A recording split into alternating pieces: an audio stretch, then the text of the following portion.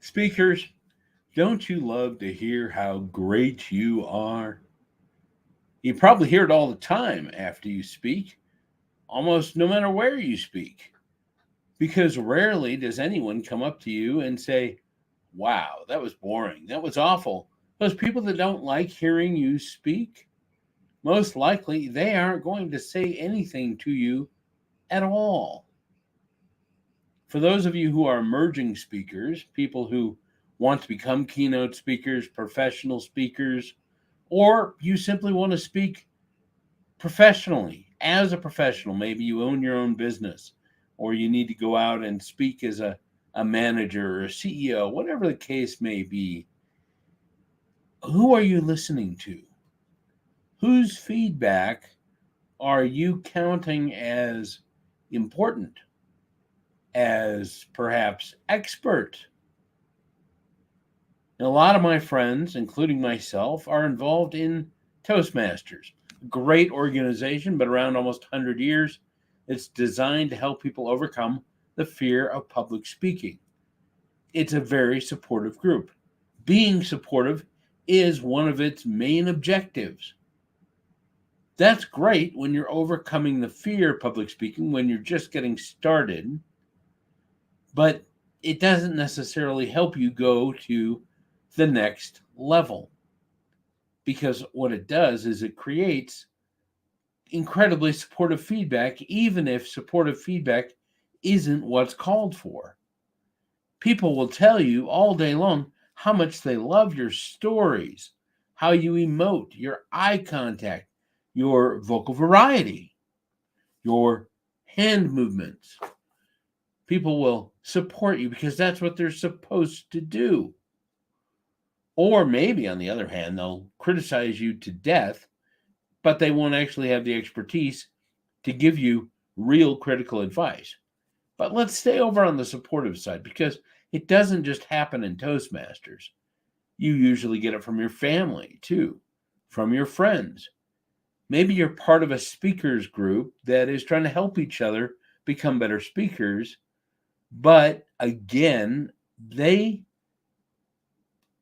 maybe they just fall on the supportive side because they don't want to discourage you. And then you've got the situation where you have to think about the fact that all these people you're speaking in front of at the beginning of your career, until you go out and you actually get paid, for the most part, they want to hear you. They're there to hear you. And so they will tell you you're awesome, because they're there to support you, to make you feel good. This is why you can't necessarily rely on your Toastmasters group, on your mastermind, on your family, on your friends, even on the Rotary group you went and spoke to last week. This is why you need an objective third party, a coach you trust, who will not criticize you just to criticize you, but will critique you, will listen to what you have to say and how you're saying it, and give you ways to deliver it better. Give you ways to improve your message, how you're putting it together, how you're delivering it, because that coach is coming from the mind's eye of an actual real audience member, somebody who doesn't want to be there, perhaps. You're going to end up in front of groups that are forced to be there by management, groups that have heard speaker after speaker after speaker, and you're just the next one. It's not enough. You need more than just a good story. You need more than just a little excitement. But what is that more?